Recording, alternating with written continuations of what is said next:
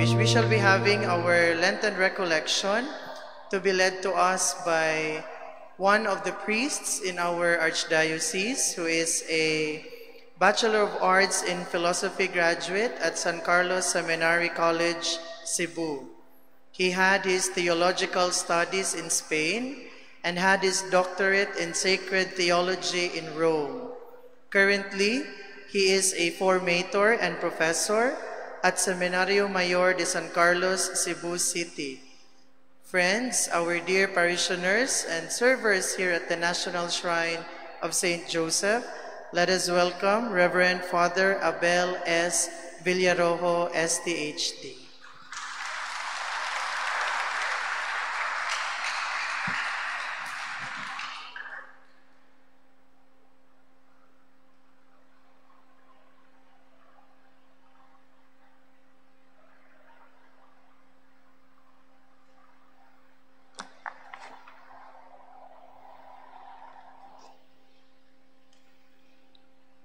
Our beloved Auxiliary Bishop of the Archdiocese of Cebu, Bishop Dodong Bilyones, my dear brother priests, our dear religious men and women, our beloved lay faithful, brothers and sisters in Christ, good evening.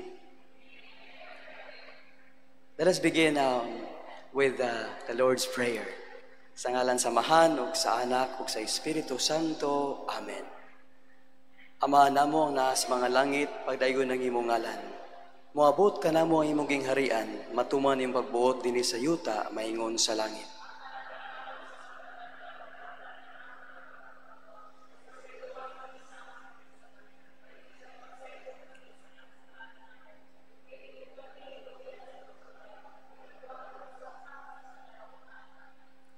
Maria, inahan sa simbahan, iampo mo kami. Señor San Jose, sa ngalan sa Amahan ug sa Anak ug sa Espiritu Santo. Amen. Mga igsoon, sa atong pagsaulog sa Lunes Santo, nagpasalamat kita sa Ginoo nga iya kitang gihiusa karong gabiuna dinhi sa National Shrine of St. Joseph, isip usa ka simbahan, isip usa ka banay sa mga anak sa Dios. As one synodal church, we pray and reflect on the theme, Pilgrims of Hope, grounding in prayer and conversion. Ang tema nato karong tuiga, gipasibo sa gideklarar sa atong Santo Papa, karong tuiga nga mao ang Year of Prayer. Pagpangandam sa Jubileo or Jubilee sa sunod tuig. Jubilee 2025, Pilgrims of Hope. At the outset, my dear friends, we are reminded that we are all pilgrims in this world. Kita nagpanaw padung sa Ginoo nga atong magbubuhat, manluluwas ug tigbalaan. Kita nagapanaw nining kinabuhia, inubanan sa Dios. Mao nga puno atong kasing-kasing sa paglaom. Mangutana ko, tinuod ba kini mga igsuon? Puno ba ang atong kasing-kasing sa paglaom? Okay, very good. That's a good sign, no? Otherwise, you would never have decided to come here. It is our hope in the Lord that prompts us to seek Him, to search for Him, to have a space for Him. Where the Lord is present, there is always hope. Now, as we journey with the Lord, we also journey with our community. After all, God is not an isolated being. God is a communion of persons. All of us are caught up in this Trinitarian movement of love of the Father, the Son, and the Holy Spirit. As we deepen our reflection this evening, allow me to underline these three questions na mahimong giya nato sa atuang pagmamalandong. Una, what is a jubilee? Second, how do we become pilgrims of hope? Third, as we journey towards God, why do we need to be grounded in prayer and conversion? We begin with the first question. What is a jubilee? Jubilee is the name given to a particular year within the church. It is a special time to reestablish a proper relationship with God, with one another, and with all of creation. The Jubilee is first described in the book of Leviticus, chapter 25. Every seventh year was a Sabbath for the land when it was to lay uncultivated and rest from agriculture. The seventh is a cycle of 7 sabbatical years, was 49 years, and the year following was the 50th year. Land and property which had been sold was returned to its original owner or their descendants. Debts, mga utang, were cancelled, and slaves and prisoners were freed. A ram's horn was blown on the Day of Atonement, or Yom Kippur, to announce the start of the year of the Jubilee. It was therefore a year of restoration and freedom, a year of celebration. Mga igsuon, kining pagsaulog sa hubileo sa mga Hudiyo, atong gipadayon diha sa ato ang panaw isip usa ka simbahan. The church has appropriated this particular practice or Jewish practice because it brings to mind the need for us to pause, to pray, and to reorient our lives towards God. Munang maingon ta nga every Jubilee is a grace-filled opportunity for us to reorient ourselves, our lives towards God. Nindot pa malandungan nga kining atong reorientation, naglisod ko pangita og Cebuano nga term, no? Pagdirihir, which is very Spanish, o pagpahiuyon, to attune our lives, no, or our senses to God, atong kinabuhi. Pagpahiuyon sa atong kinabuhi, adunay duha ka aspeto o dimensyon, personal o katilingbanon. This entails an intense examination of our personal relationship with God and with others. Muna makapangutana ta sa atong pagpangandam sa Jubilee Year 2025 ug sa atong pagsaulog karon sa Year of Prayer. Kumusta man ang ato ang panaw uban sa Ginoo? O sanay sa akong ipangutana o ipangutana na mong mga naa sa seminaryo sa atong mga seminarista, individual conference o spiritual direction. Mangutana mi sa mga pariono nato, kumusta man imong panaw uban sa Ginoo? Muna mangutana ko ninyo karon, kumusta ang inyong panaw uban sa Dios? Hinaot nga padayon ta sa ato ang pagsalig sa Ginoo diha sa makanunayon nga pag-ampo taliwala sa mga pagsulay sa kinabuhi. Now, kumusta man ang ato ang panaw uban sa atong isig katao? Atong hinumduman mga igsoon nga dili gayud kini mahimong buwago nato. Relasyon sa Dios o relasyon sa atong isig katao. Allow me to read here this particular text from Leviticus chapter 25, verses 13 to 17. In this year of Jubilee, everyone is to return to their own property If you sell land to any of your own people or buy land from them, do not take advantage of each other, but fear your God. I am the Lord your God. Mga igsoon, sa atong pagpangandam sa Jubilee 2025, atong paningkamutan nga mulawom ang atoang relasyon sa Dios ug sa atong isigkatawo. Sa atong pagpalawom sa atoang pag-ampo, hinaot nga dili nato iduot ang atong isigkatawo. Hinaot nga dili nato dauton o pasakitan ng uban. Kinumdum ko, for a year, I was given the grace-filled opportunity to help a particular parish priest sa England in 2021. Usa ka misyon sa parokya, unya itugutan ko niya nga mobisita sa mga Filipinos nga naa sa usa ka syudad. So sa train station nakoy mga nakitaan nga mga Pilipino nya pagkabaw nilang Bisaya ko Cebuano, lipay kay sila nya nagminaw ko sa ilang kasinatian isip mga migrants. Nya sa dihang musud nako sa train kay musakay nako, ingon sila, "Padre, imo man ning gitapok ang mga Pilipino anang imong diocese no diin ka nag-serve." Ingna sila padriha nga ibilin ang pagkamarites. At that time, okay, di kay ko familiar pa anang marites. Nanawag ko sa akong igsuon nga babae nga, "Unsa ginang marites?" Through Facebook siya nga, "Ay, kana bang bag-ong ekspresyon karon nga mare anong latest?"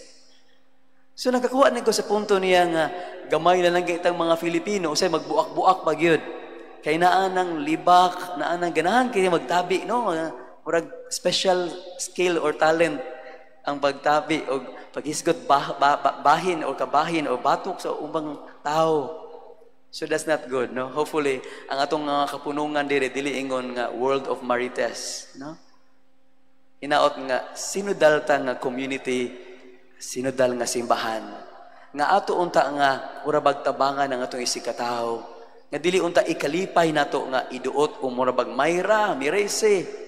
Di na maoy atong dapat nga puy ano nga attitude. Kung kita tinuod ka nagpanaw uban sa Ginoo. Hinaot nga dili ta mo pahimulo sa uban daw sama sila sa butang. Dili unta kita mo trampas o muligis sa katungod o kadungganan sa uban. Kinumdum ko before sa pandemic, adun ako'y bisita nga usa ka benefactor sa seminaryo, no, sa daghang mga napari na sa mga seminarista. Unya di ko makalimot sa iyang gisulti nga, "Padre, iapil in taon sa misa nimo ha kanang akong mga anak, unya ang negosyo sa akong anak kay kanira ba iyang negosyo daghang kay mga pamilya nga nagdepende niini." Di ko makalimot ana kay nibaw-an ako nga particular kay sila sa benefits nga madawat sa ilang mga trabahante. Sa to pa, tao nga nag-ampo, nya tao gud nga nasayod ba nga sila, moabot ang higayon nga moatubang sila sa Dios. We will all be accountable to God. And so it is important that we be aware of our call to become stewards of God's gifts. Nga ang atong relasyon sa Ginoo aduna gyud kalambigitan sa atong relasyon sa atong isigkatawo. It is worth noting that the Hebrew word jubilee is yobel, which roughly means ram o laking karnero. Laking karnero, kanang lalaki bang karnero.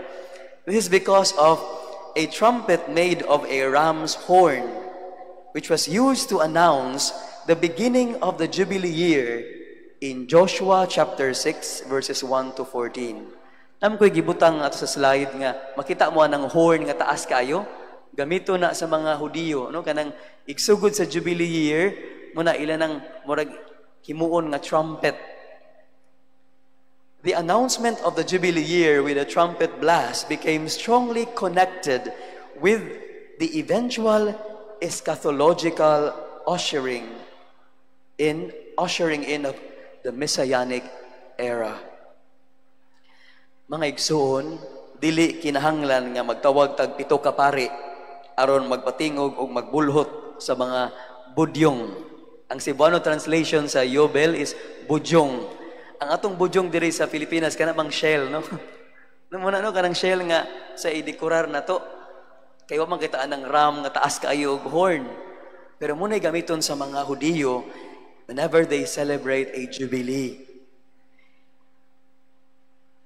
Ang importanteng matagigayon nga kita mag-ampo, matagigayon nga maminaw kita sa pulong sa Dios, labi na sa liturhiya, hinaot nga madungog nato ang tingog ug hagit sa atong Mesiyas nga si Hesukristo, nga nag-aghat kanato sa pagbag-o sa atong kinabuhi, isip Kristiyano, isip usa ka simbahan. My dear friends, in the Catholic Church, the concept of Jubilee or Holy Year was used to declare special years of forgiveness and reconciliation. The first Jubilee was declared by Pope Boniface VIII during the 13th century. He later recommended it occurring every 100 years. Now, various other popes changed the length of the interval between the observances. Pope St. Paul II set the present 25-year interval in the 1500s. So, holy years are ordinary when they occur at regular intervals, 25 years in these modern times, and extraordinary when they are proclaimed for a very special reason. More recently, kung kahinumdum mo, a great jubilee year was declared in 2000, katupag abli na to sa New Millennium, by Pope St. John Paul II to celebrate the new millennium. That jubilee year brought the total number of universal jubilee years to 28 that so far had been celebrated by the Church. Umuni ang ikaduha natong jubilee after atong year 2000. The 2025 jubilee, which was the theme of pilgrims, which has the theme of pilgrims of hope, will be a year of hope and trust for a world suffering the impacts of war. Can you imagine, hantog karon, nag-antos gyapon ang mga igsuon nato, no? Ukraine ug ang Russia nagpadayon sa gubat. Ni apas pag yun ng Israel ug kanang Gaza or Palestine. Myanmar, I remember my companion sa mission sa UK, ingon siya, di gid mo gawa sa balita, pero kabaw ba ka padre? A priest from Myanmar, nga karon adunay gisunog nga parokya na sad sa amo ang diocese. Di na to may bawaan sa newspaper, pero daghang mga batanon gipampriso. We think of Afghanistan, many parts of the world, no? Ang atuwa ang pag-ampo niyo usay dita unta magtuo nga pag-ampo ragyod ako mahimo. Many times it is the best thing that we could offer to God for these people. A year of hope and prayer. We also think of the ongoing impacts of the COVID-19 pandemic and the increased threats to the climate. Mga igsoon, ang Jubilee 2025 naghagit kanato sa pagdangop sa walay kinutubang kaluoy sa Dios nga nagdala og paglaom. Jubilees begin with the opening of the Holy Door in St. Peter's Basilica, which symbolizes God's redemptive gesture of opening His heart to save us, to reach out to us. Holy doors at each of the 4 papal basilicas in Rome are destination points for pilgrims who pass through seeking special graces. I suppose we will also do that here in the Archdiocese of Cebu. Ablihan nato ang atong mga holy doors sa katedral ug sa mga nagkadaiyang shrines. Lakip na dinhi sa National Shrine of St. Joseph, diba? Doon na tayo holy door dire. aron ang tanan makasinati og kabag-uhan pinaagi sa mga sakramento sa simbahan ug sa indulhensya plenarya. Unang indot kayo kabantay ko diri sa Cebu nga usa sa mga parokya nga naagay gi-offer nga confessions ang dinhi sa parokya, no, San Jose. Importante kay na because Saint Joseph is the patron saint of interior life. And should you want to have an authentic spiritual life, a genuine interior life, we need to constantly experience God's unconditional love and mercy na atong masinati diha sa sakramento sa iyang kaluoy, sakramento sa papangumpisal. Number 2, we have come to our second question. How do we become pilgrims of hope? Dear sisters and brothers, now more than ever, we need to recover the beauty of hope. Many people right now are falling into despair. They suffer and they have no one to turn to. A few days ago, nakoy duha ka lay kong giubanan kay I was giving a recollection to a group of lay faithful. Yan i-share sila nga doon na sila yung mga kailagod nga duha ka pamilya nga nagbangutan tungod kay nagsunod lang buwan lay nagmurabag agwat nga namatay ilang mga anak, mga bata pa kayo tungod lang sa heartbreak, no, usa gibuwagan sa iyang uyab niya ang usa in taon murag tungod to kay kanang gibuli siya niya naay murag video nga murag gi-blackmail sa iyang kaila o sa iya batong kwan iyang uyab. Kayon ka ba kaluoys mga batanon karon, no? Ano na saying batanon lang kay naam say mga hamtong na nga who experience meaninglessness, hopelessness. Yan doon kung akong ang seminarista na mo nga ningon, Father, muna akong apostolate kay na-assign man kong eskwelahan sa una. Kabaho ko nga na ako'y mga estudyante nga who suffer from depression. Muna nga every now and then, mo send ko og text message nila. Either through messenger, Facebook Messenger, or simple text sa cellphone. Unya, para nako it's a way of like reminding them, no, that there is light in the midst of darkness, that there is hope. If you only place our trust in the Lord. Ingo kahindot sa apostolate, no? Simple ra kayo, pero kanabang magunahuna ta sa uban. Di ko na ingon mahal kayo, no? Pero makaingon ta, kinahanglan na gud ay nga aware ta sa mga pangitabo sa atong palibot, sa mga kasinatian sa atong mga igsuon. People suffer because they have no one to turn to. As pilgrims of hope, we need to fix our gaze on the Lord at all times. The anchor is a Christian symbol for hope or of hope, steadfastness, or determination. Nakita na ko diri nga nay anchor. Hindot no nga nay anchor diya nga ang color kay green. It brings to mind our call to become pilgrims of hope. Angkla muna siya simbolo. And this is rooted in Hebrews chapter 6 verse 19, which hope we have as an anchor of the soul, both sure and steadfast. Hope is compared to an anchor. Anchors are found in many inscriptions in the catacombs of Rome, which was used by the early Christians. Mga igsuon ko diyan ni Kristo, giunsa man nato pagsinati ang paglaom nga gikan sa Dios. Diha sa pagsalig kanunay sa Dios nga maoy tinubdan sa atong kalipay ug kusog aron kita makapadayon sa atong panaw sa kinabuhi.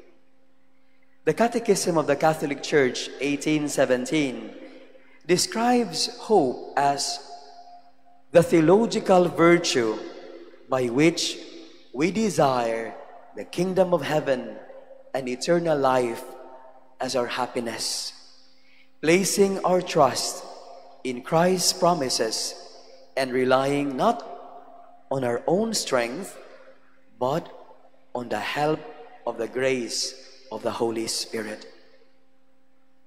Kung atong kaugalingon ra gid atong saligan na nawa kita mulaom sa grasya nga nagikan sa Ginoo.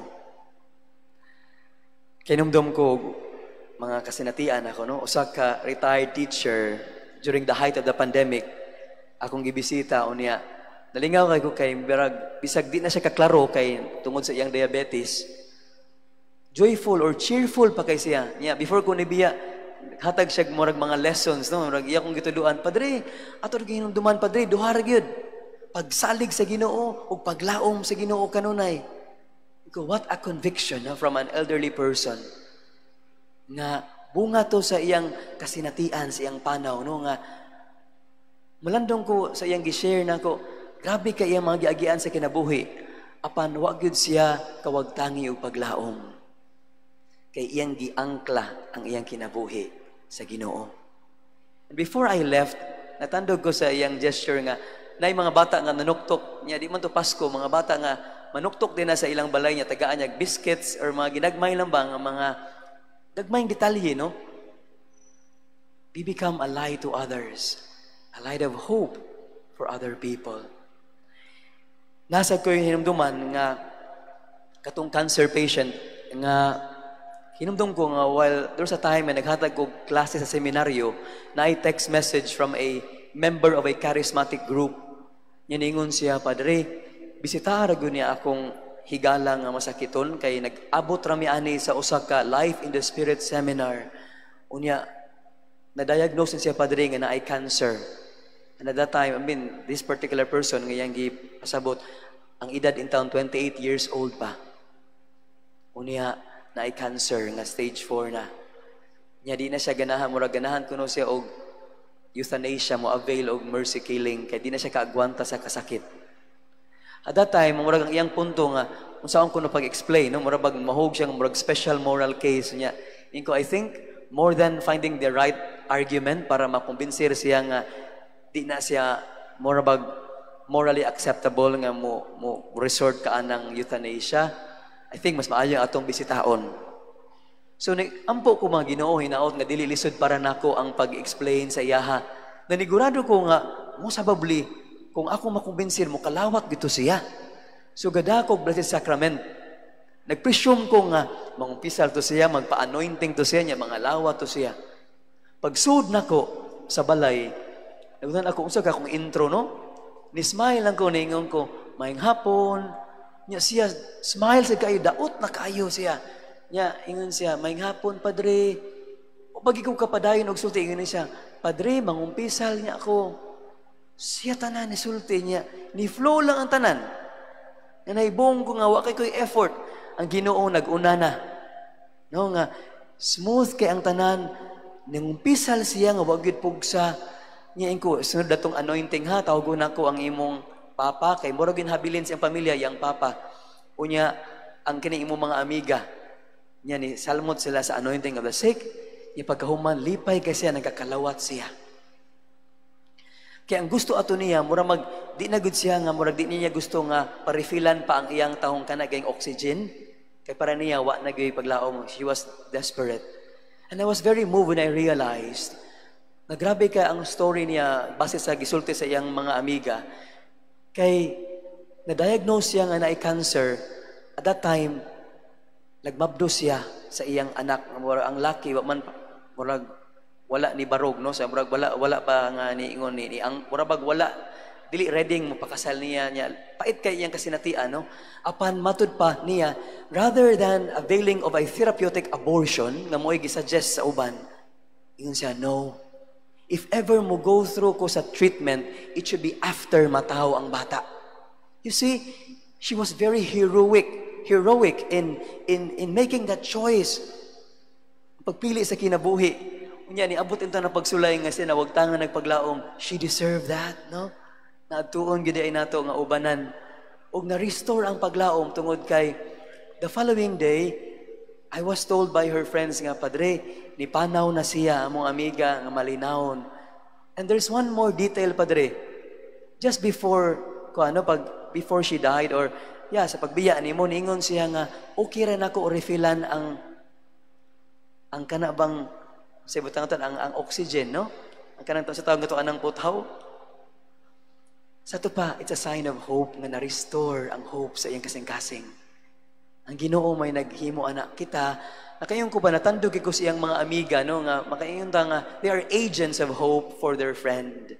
Ngano man, ang usa dali-dali nga ningon, Padre, excuse ha, kay moadto ko sa pharmacy, mapalit ko tambal nga murag kinahanglan niya pain reliever. Ang usa nagdaog Toblerone, ngayon sa Father, si favorite bin niyang chocolate ang Toblerone, muna akong i-share niya. Ang usa, gadas iyang tablet, na minaw sila og kanang Hillsong or kanang mga religious songs nga mo i-favorite silang amiga. Kay go, what a symphony of hope, no? Or marabag na hope, marag konsyerto sa charity and hope, no? Nga ilang gipakita sa ilang higala. We are all called to become pilgrims of hope. And we can only become agents of hope if we have experienced what it means to welcome God in our lives. Kaya mo overflow ramang yun na. As we journey through life, let us always cultivate the virtue of hope. In moments of despair, we pray Psalm 42. Hope in God, I will praise Him still, my Savior and my God. When we are overwhelmed by our doubts, when we are psychologically paralyzed by the uncertainty of the future, we remember Jeremiah chapter 29 verse 11. For I know the plans I have for you, declares the Lord. Plans for welfare and not for evil, to give you a future and a hope.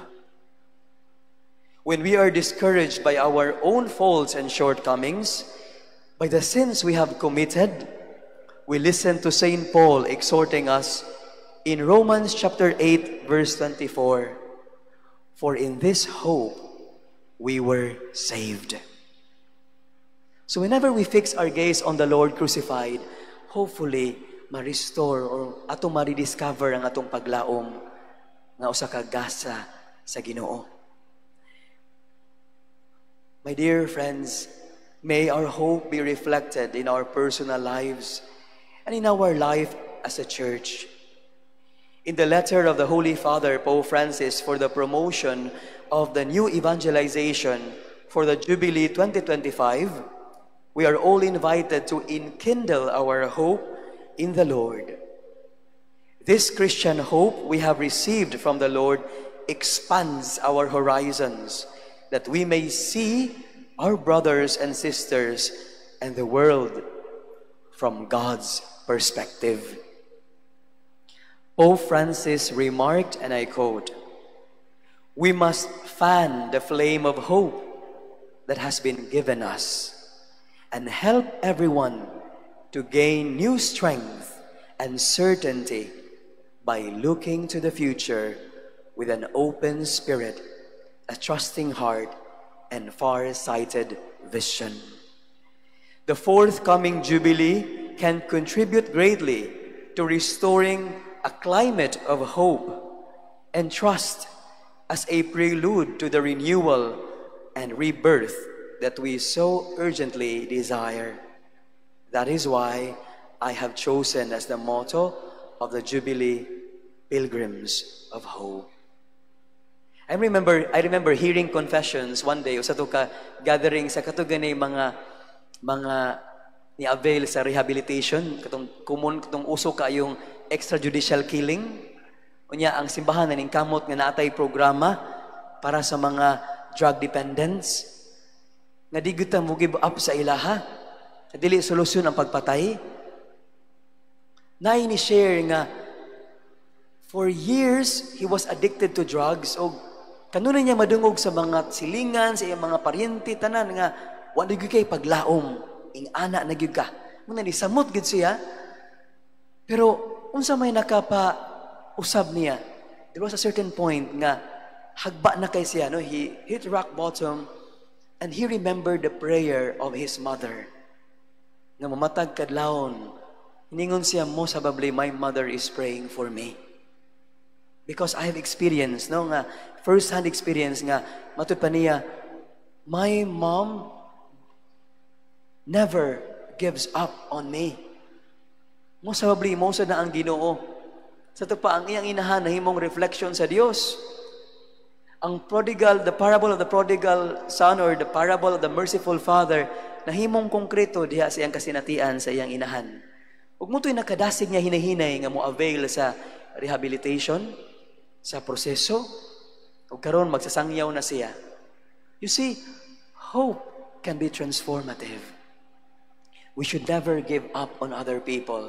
Ang mingon tawa no ginay paglaom, because God does not give up on us. Bisag unsa ta ka makasasa.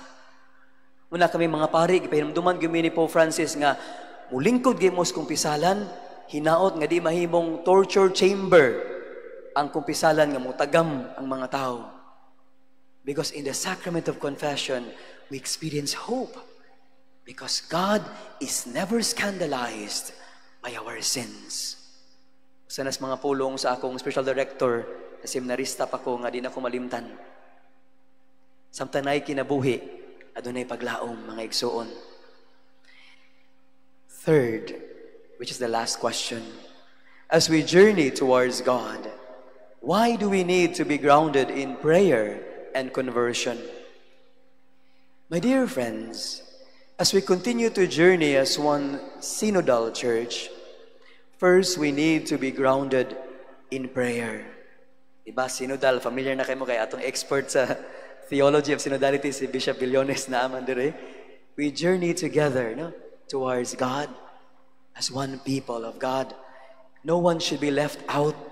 No one should be isolated. We walk together. We listen to each other. We help one another. And with regard to prayer, without this constant dialogue with God, we end up making a monologue. Nga ang prayer, di mo na monologue. Nga mo nag-memorize na mo na tagparot nga, litok lang. It's a dialogue with God. We listen not to ourselves, but we listen to the voice of the Lord and the voice of the people around us. A few weeks ago, kaming ang mga seminarista nato sa seminaryo, ang third year, o ako, ni-appeal mi aning online nga international or national conference nga ang topic theology of the priesthood. Nga gibalik-balik to ni kanang Bishop Sok Villegas ug ni Bishop Cardinal Tagle, no? Nga we have to listen to the voice of the voiceless. Part na sa synodal process. Kato ganing di gyud na to madungog. Muna nga when I was given the chance to give a talk to school administrators nga sakop sa SEAP, ingong ko, kita nga nag-ampo kanunay sa Ginoo. Maminaw ta sa tanan. Adun na ba higayon nga atong gipaminaw ang mga janitors? Kana bang tanan gidunta mapaminaw nato, no? Undeniably, my dear friends, there are times when prayer becomes complicated for us. It even becomes a burden rather than an oasis of a spiritual oasis where we could rest in the Lord. So importante nga atong balik lang tawon unsa man gid ining pag-ampo. Kinumdum kog usa ka kay gayunan nga naghatag og recollection unya gamay ra to nga group of lay faithful unya nay usa ka babae nga all throughout the recollection murag subok kay iyang naong iniing ko ngano man ka kanang nay siya actually padre nagsaad lang gugos Ginoo nga matag adlaw ba ako ning gihimong saad panaad nga magampo ko aning tanan nga nakabaga nga mga nobinahan timbagaa mga nobinaryo booklets ko nga while it's good to make use of these novena cards mga nobinahan never think nga ang prayer is mura bag pataasay og kanang ilitok o padaghanay ibasahon. I'm reminded of Saint Teresa of the Child Jesus with regard to kanibang prayer. Sila man ato gitawag nga doctors of the church, no? Saint Teresa said, "For me, prayer is a surge of the heart. It is a simple look turned toward heaven. It is a cry of recognition and of love, embracing both trial and joy." Ang giingnan siya nga many times, it's enough nga kanang mulito ka sa Ginoo nga kanang Ginoo tabangi in taon ko. Sama atong niadto kog usa ka hospital diri sa Cebu nga nakoy nadungan og saka ba sa hagdanan kay taas makang linya sa elevator niya, mauwaw ta kay dagang senior ba nga naghuwat nga ikaw, apil sa ikaw, gisaka na lang nako. Nako'y nadungan nga ni Saka, hagsagdanan niya niingon, nakadugo siyang gilitok siya, Ginoo in town, tabangi in town me. Apil sa kanang yang hangos ba, kay dakuon man siya nga tao, no? Ginoo in town, tabangi me. Kung nga, what a beautiful prayer, no? Simple na kayo, it comes from the heart. Ningon nito siya, balik atong maong babae, ingon siya, Padre, adunay mga higayon nga, di ko ka-focus sa pag-ampo, maingon ko sa Ginoo, Ginoo, distracted kaay ko sa mga problema, sa mga akong giatubang nga mga struggles. Inko, do you think ko ka nag-ampo, ana? When you open your heart to the Lord, when you disclose everything, you are praying. Di ganahan ang Ginoo anang perpekto kay tanan kay it's not possible. I'm reminded of Father Ronald Rolheiser. Kaningon sa usa sa mga obstacles sa atong spiritual life, kaning magtuo ta nga ang sakto nga perspective, kaning Greek perspective nga to be perfect means to walk without flaws, without imperfections. Nga dapat perpekto gyud ko atubangan sa Ginoo. But we have to follow or use the Hebrew perspective or the biblical perspective, which means to walk with God despite our limitations, despite our imperfections. Kung aware ta ani, di ta mahadlok paduol sa Ginoo. Amen? Di ba nga, hindot ka isulti nga, Lord, at this very moment, naglagot kay ko, you are praying. Lord, remove from my heart this anger, this resentment. I want to be free. Sama atong niingon sa nga, Padre, inig ama namo ba simple man kanang ama namo nga pag-ampo, pero mura jud ko matuk-an inig abot anang unsang part kanang as we forgive those who trespass against us. Kaya I could not forgive this particular person. You see, pero kung mag-ampo ta, no? God would always touch our hearts. He enables us to see things, to see persons, other people from His perspective. We are liberated from these negative feelings. We are set free. And we are able to imitate Christ. Let us not forget, with regard to forgiveness, the very first word He uttered when He was crucified on the cross was forgiveness. Father, forgive them, for they do not know what they're doing. It wasn't simply a theme or a concept for Jesus. He died on the cross, forgiving us, blessing us with His mercy. Okay? Okay ra mo, nangatog na mo. See, with regard to prayer, allow me to include also Saint Teresa of Avila, another great teacher of prayer. She said, prayer, especially mental prayer, is nothing else than an intimate friendship, a frequent heart-to-heart conversation with God who, as we know, loves us. Kaya hindot anang asyon. Kani mga ngingig kay nga mga santos, no? Simple lang di kina sila panlantaw sa pag-ampo, no? But it's easier said than done. Because the more we grow old, we tend to complicate things. Una nga, many times, we go back to this spiritual childhood, simplicity, humility in doing our prayer. Going back to this particular person nga, subo kayang now na ko, as a priest, I hope mutuo ka na ako ha, kung na-burden na nimo ning mga nabinahan, on behalf of the church, I dispense you from this particular promise nga mag-ampo. Ampo lang sa imong makaya, rosaryo, nya, kanang mga ginagmay nimo nakatuna niya, ay lang gud paghimo og saad-saad nga mahimo ng burden ba. Siya, "Hay, salamat." Mura siya nalingka, managtag tunok. So again, I'm not saying nga I'm very happy nga diri lang sa parokya, I suppose daghang kitag mga options, no, mga kapunungan nga nagi pag-ampo. Kana magtapok ta every month kanang member ka aning kapunungan, hinaut na dili lang na siya mura bag okay, sense of belongingness, magkuan na sad mi, magkaon-kaon kay na I birthday celebrant for the month of March or month of First of all, we have to pray as a community. Kaya daghang kitag angay iampo. And after that, prayer, or I would say apostolate, is a direct consequence of prayer, or it's an overflow of our prayer life. Kana ba maingon ta nga unsa akong mahimo para sa uban? Unsa akong matabang sa akong isikatawo? Okay? That's the power of prayer. Pope Francis, in his letter for the Jubilee 2025, said, I would greatly desire that we devote 2024, this year, preceding the Jubilee event, to a great symphony of prayer. Prayer above all else, to renew our desire to be in the presence of the Lord, to listen to Him, and to adore Him.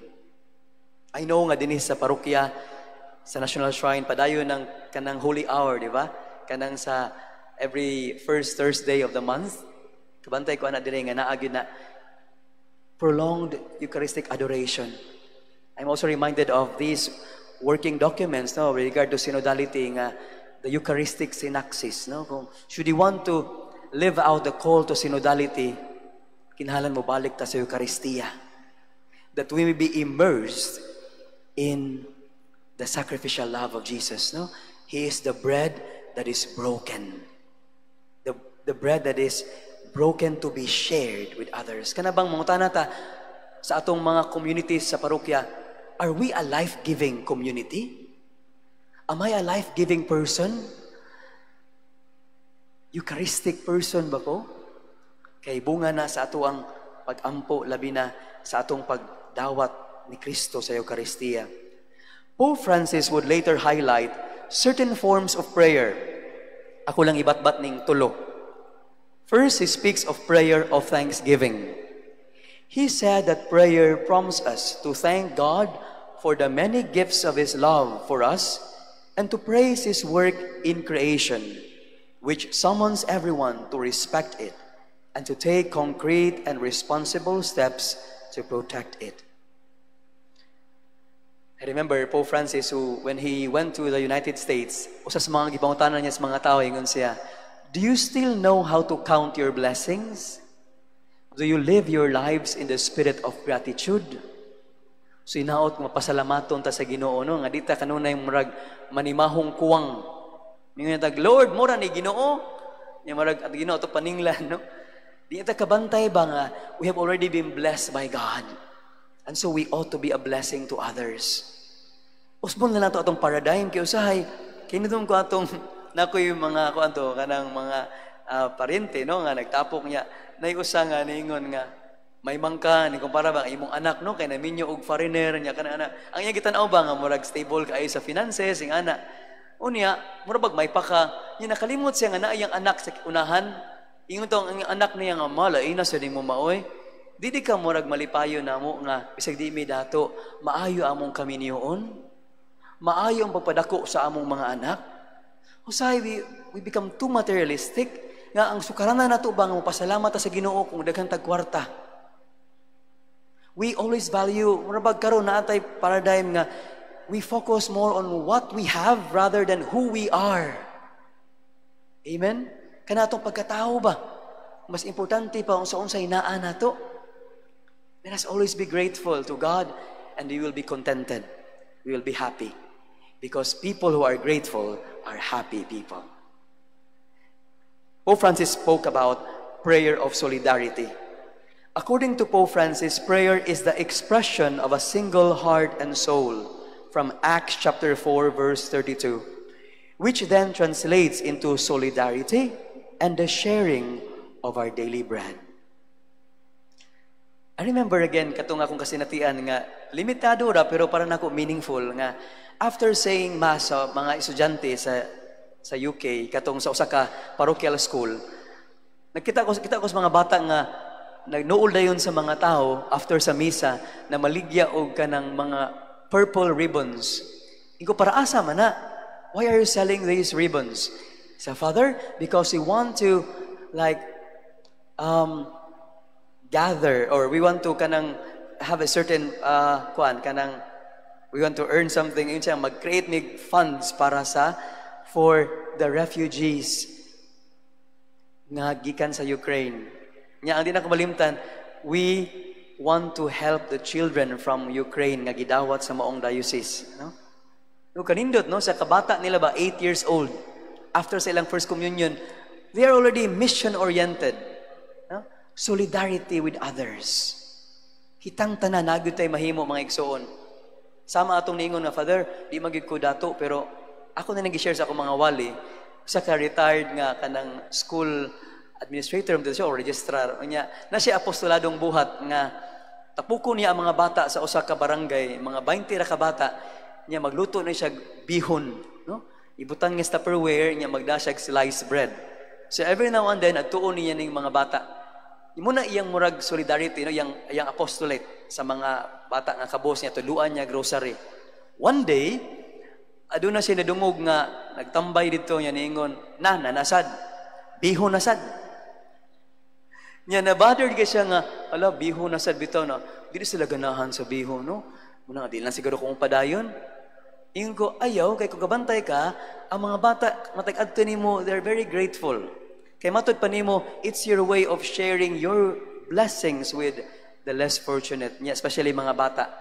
Hindot kayo nga, bisag grabe na ilang mga pag-antos because of poverty, they would never forget your simple gesture of solidarity, your gesture of charity. Hopefully, that would transform them. Kanang mga tao nga diskontinto na nagay mga bashers. There will always be bitter people. But don't allow yourself to be affected by these negative comments padayon sa kinimong apostolado. Kay matod pa nimo, muni bunga sa imong pag-ampo. Diba? Sunod, inko, spaghetti nasad. Or bami nasad, diba? Kaya morag, sige, lagbihon siguro. Lastly, Pope Francis said, our Holy Father underscores the prayer of contemplatives in the middle of the world.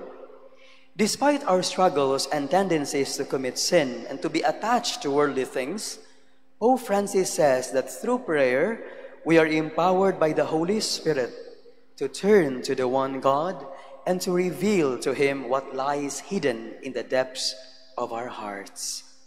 He speaks of prayer as the royal road to holiness, which enables us to be contemplatives even in the midst of activity. Matandog ikaw magtanawa ng sa jeep no nga na yung mga tao iglabay sa simbahan, manguros gyud kinasing-kasing kay ba? Yang murag mo yango. Na yung mga taxi driver sa Carmelites nga inighatod nila sa mga pasahero, muabli sa bintana niya mo ana. Kaya indot ana nga gesture no? And I'm reminded of a taxi driver nga ni-share sa siyang kinabuhi kay kabaw siya nga pare ang nisakay. Ingon siya, Padre, kanang bubiyahe ko gabi ba makuyawan biya ako? Labi na kato na uso tong mga tulis-tulis, na tulison in taon ang taxi driver ba? Pero nasagid man Ginoo, Padre, nga ako ning gibuhat para sa akong pamilya. Una nga every time ganito siyang rosaryuhan, usangpit jud ko sa Ginoo inig sugod na kog pamasada. Nya magkihinabi ko sa Ginoo ko, wow. This person is not even studying theology. Pero parang ako, nindot ka nga klase sa teolohiya, akong nakatunan, ano? Wa na kaskwila o sacred scriptures, pero laom kayang kasinatian sa Dios. Diya sa iyang ordinaryo nga kinabuhi. That's true.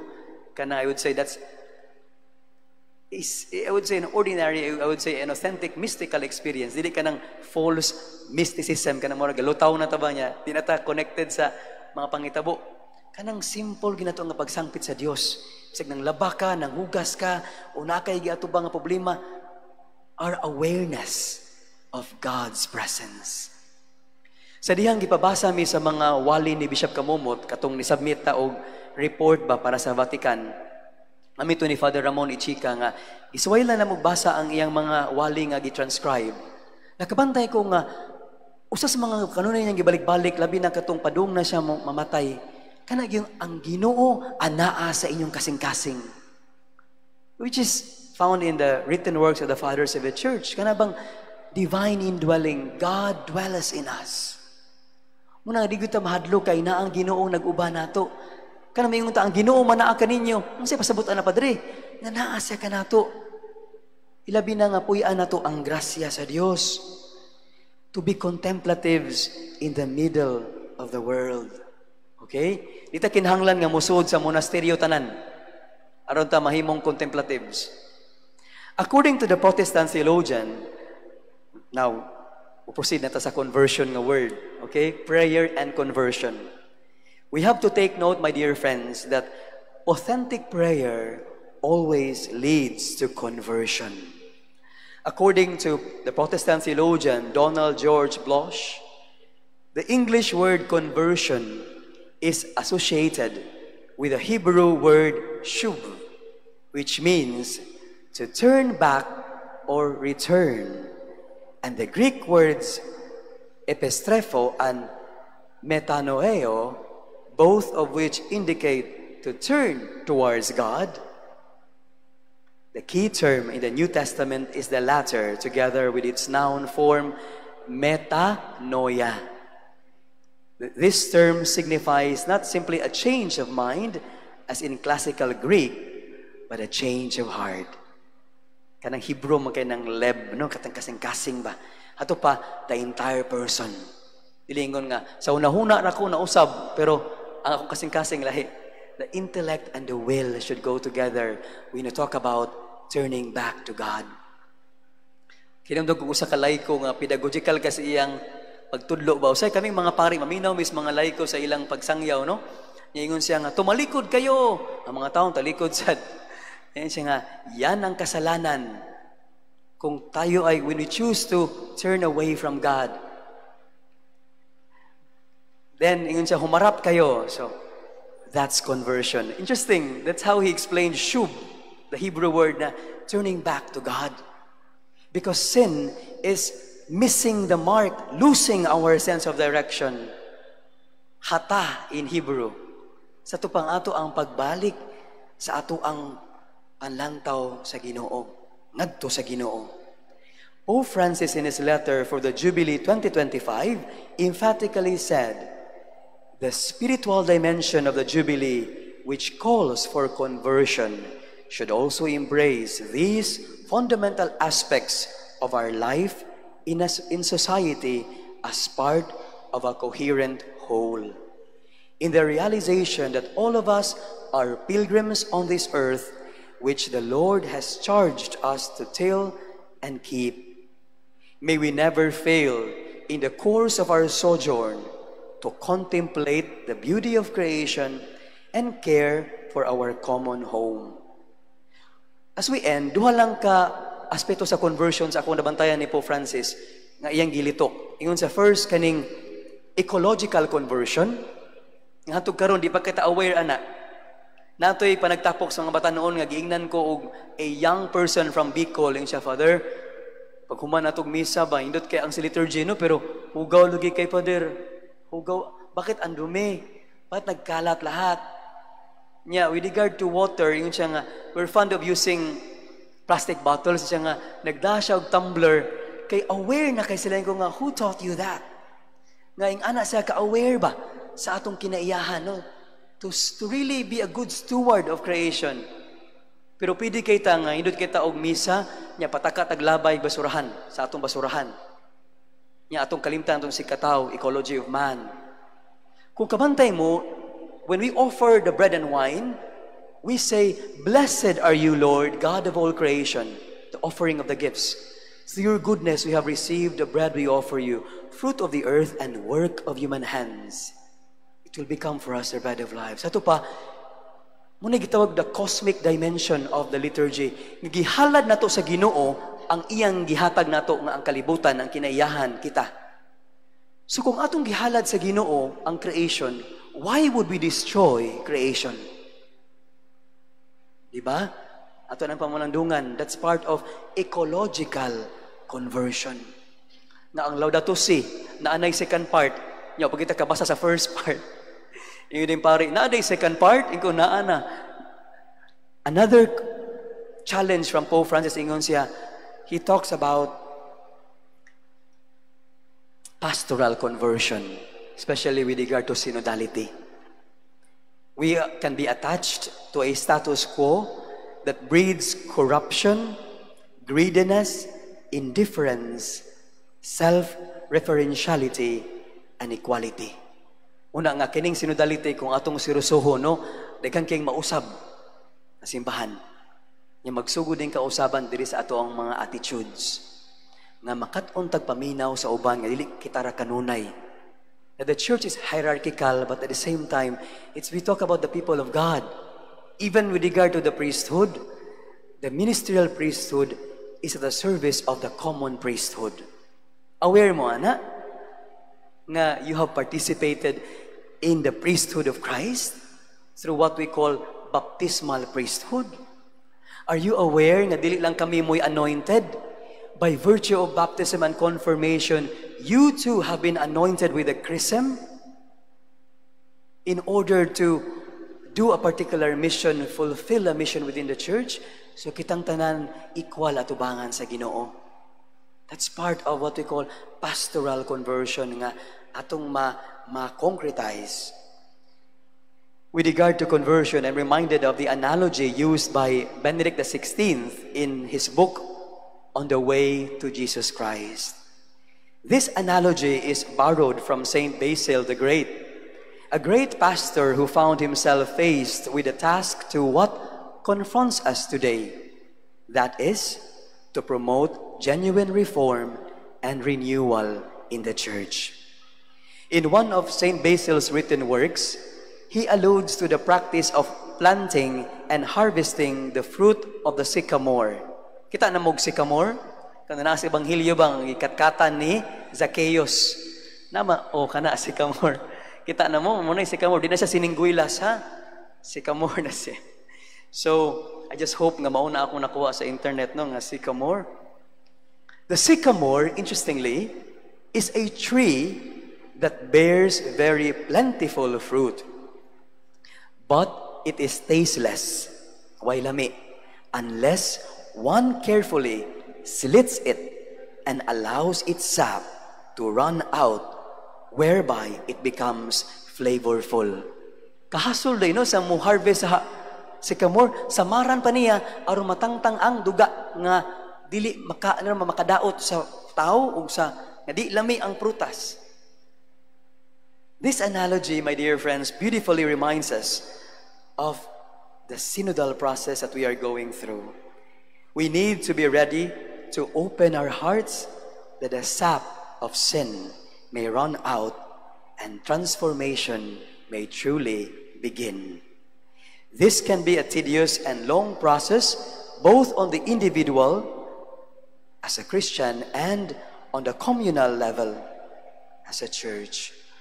But it is worth trying if we want to move forward as a synodal church, a church that seeks to imitate the very life of Jesus.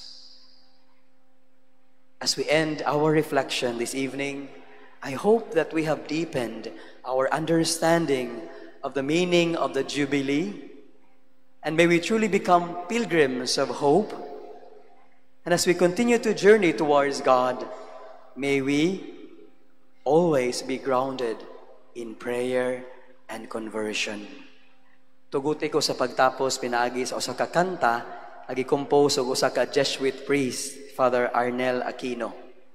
Kay atong hinumduman as pilgrims of hope, kita giubanan man ni Kristo nga atong manluluwas.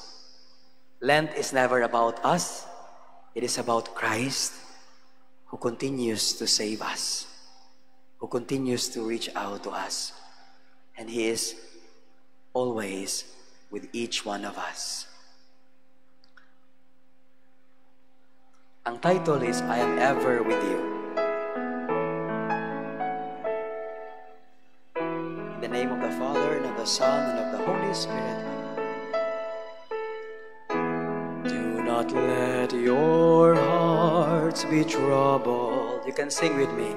Do not stay afraid. It is really I whom you see. I offer you now my peace. I have waited for this moment to be with you again. In my heart you'll remain. In your heart I'll stay. I am with you till the end of your days. I am in you. Have faith that I hold you even when and I love you, you must know. I am here, I am ever with you.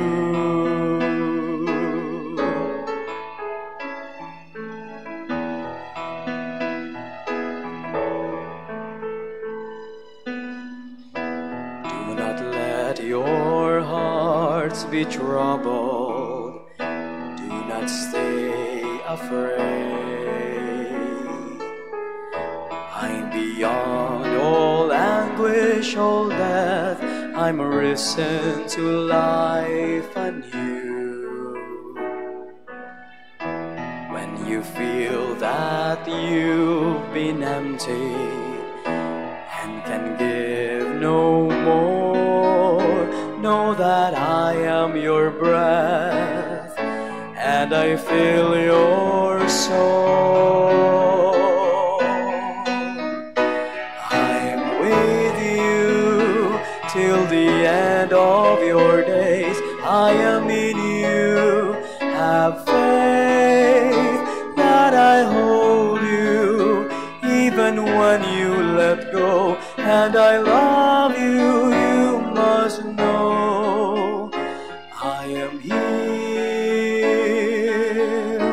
I am ever with you.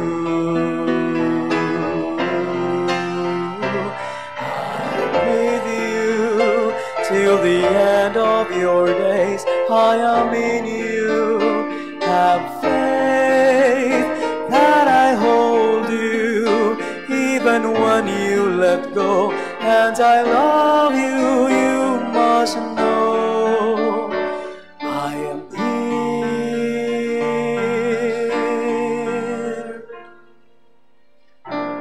I am ever with you.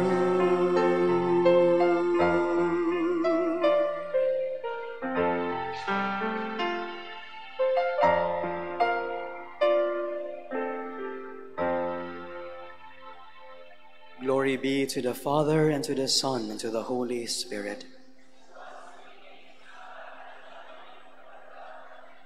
Our Lady of Sorrows, pray for us. Saint Joseph, in the name of the Father, and of the Son, and of the Holy Spirit. Amen. Daghang salamat, umayong gabi ka naton tanan.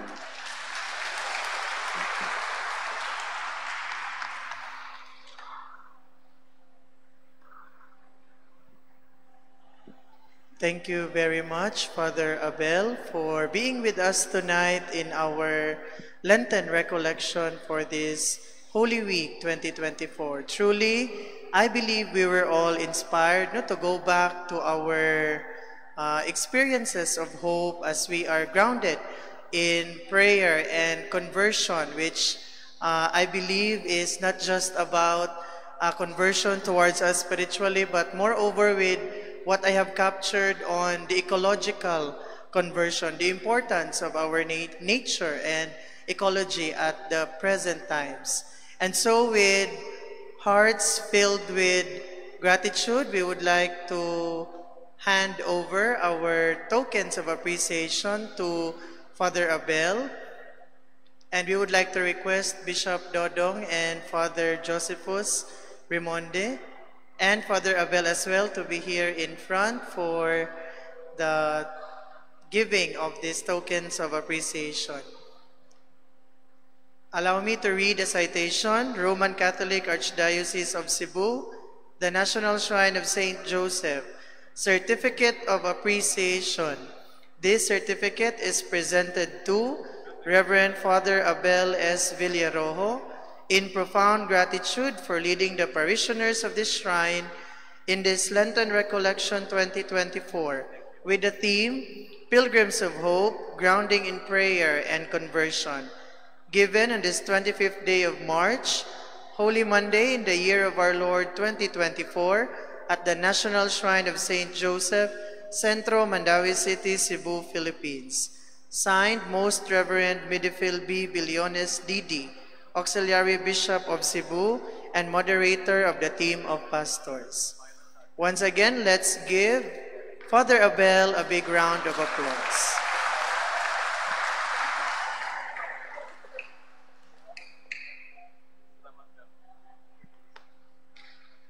To give us the final blessing and message as well, we have Bishop Dodong. Sa santo sa kasulatan, Old Testament, ang gasa ang nahamutan og nahigugma sa mahal nga Dios, walay liwan kundi ang offering ni Abel. Cain and Abel. Deliver us from evil, no? Abel. Karong gabi una, nahamutan og higugma kita kang mahal nga Dios. Mao gipadala niya kanato ang usa niya kapari alagad. Dili lamang siya formator kundi spiritual director pa og siguro sa ulahi na hibaw-an yung great singer. So next time invite nato siya ma-concert lang. Amen. Sa 500 years, usa na siya sa mga soloist dito sa Mactan, sa mga wala kay Baoba. One of those who gifted with a beautiful voice. Pero more than that, karong gabi na we start our Holy Week right by entering into this kind of consciousness that we are in the spirit of the Jubilee. Nindot kayo ang iyang description, ganahan jud ko, kanang pakikiuyon ba?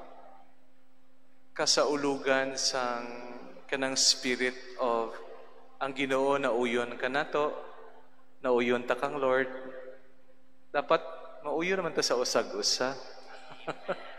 O diha ang atong pinaka-resonance mao ang paglaom. Nga dili absence of faith and tears, pero mao ang atong pagkaangkla kang Kristo. And then kaanindot sang iyang sharing on what it means to pray. Dili kinahanglan kadaghanon sang isulti nga mga pulong, kundi ang simple intimacy between friends. O kaanindot sad nga tanitanan dili kompleto kung wala conversion. Nakuha niyo katong ulahi niyang istorya. Powerful kaayo kato. Ang Ginoo usahay sycamore tree farmer. Aron magawas ang katamis ang atong pagpamunga, usahay makasinati kita kang samad pa. Wala namin nag-amen, no? Kay sakit man. Pero kanang tamis nga duga, i-release na to ang toxin aron na mapabilin ang katamis. Hinautunta mauna ang atong masinati nga grasya kining Semana Santa. And for gifting us with this person, his ministry, and his sharing, mga igsoon, one more time, a round of applause kang Father Abel. Thank you. So mauna na, pag may concert mi diri, mabalik jud ikaw. Majuwit ka mo ni Father Epos. Ma-back up lang kami ni Monsieur Tony. Kaming team of pastors. Kaninyong tanan, daghan trabaho, salamat kaayo sa inyong hamili nga presensya. Every year, ipinamilya na nato kini nga tradisyon. Nagatigom kita sa pagpalandong sa kining ato mga nindot nga proseso sa pagtubo sa Semana Santa. Kaninyong tanan, thank you for your presence. May the Lord bless you as you go home, keep you safe, and lead you deeper in His relationship, in your relationship with the Lord. Palihog manindog ang tanan. Salamat yun sa Diyos aman. Salamat yun sa Diyos nga anak. Salamat yun sa Espiritu. Salamat yun sa gagugma mo. Ang Ginoo maana kaninyo. Manalangin kaninyo ang Diyos may gugmaon sa tanan. Amahan, ug ang Anak, ug ang Espiritu Santo. Amen. Mayong gabi sa tanan, masipang pakpak ang Lord. Saint Joseph, Mama Mary, God bless you. Thank you, Father Abel.